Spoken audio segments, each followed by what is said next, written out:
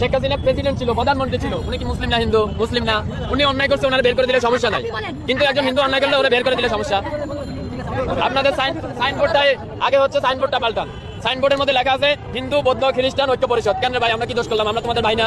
আমরা তোমাদের ভাই না? এটা হওয়ার দরকার ছিল হিন্দু বৌদ্ধ খ্রিস্টান মুসলিম ঐক্য পরিষদ। তাইলে হয়তো 18 কোটি ভাই ভাই গলায় মিলাইতাম। আপনি আমাদের সাইনবোর্ডের মধ্যেই মাইনাস করে দিলেন। আবার আয়া এখানে বলতেছেন সংখ্যালঘু। এখন সংখ্যালঘু তিনজন একসাথে, আপনি তিনটা ধর্ম একসাথে, আপনি আমাকে মাইনাস করে দিলেন, মুসলিম মাইনাস করে দিলেন। এখন সংখ্যালঘু কে হলো? এখানে যতজন আছে বেশিরভাগ লোক আপনার প্রেসে কাজ করেন, এডুকেটেড পারসন। এটা সিম্পল কোশ্চেন।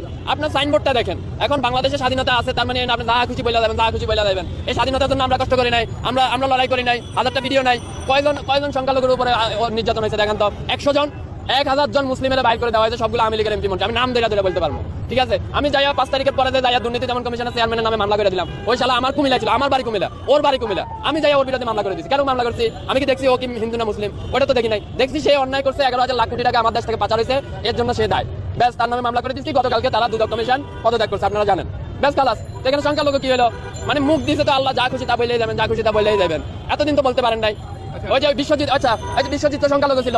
বিশ্বজিতের যখন আওয়ামী লীগের পোলাপান রাস্তায় পালাইয়া কোবাইতেছিল, আর বিশ্বজিৎ যখন বলতেছিল ভাই আমি মুসলিম না, আমি হিন্দু, প্যান্টটা খুইলা দিই, তোমার দেখাই আমি হিন্দু, তখন আপনাকে এরকম দরদ কইছিল। তখন বলতে পারেন নাই আমার সংখ্যালঘুরা কেন কোবাইলো?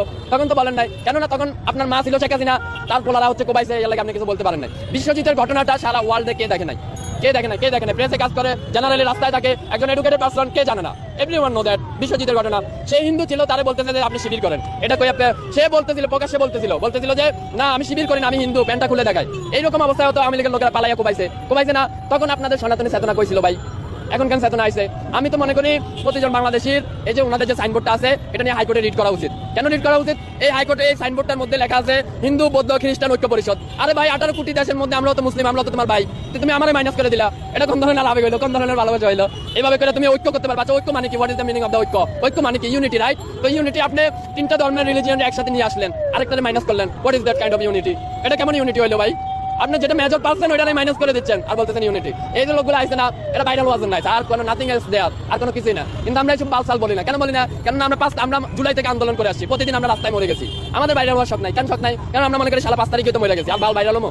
ব্যাস খালাস।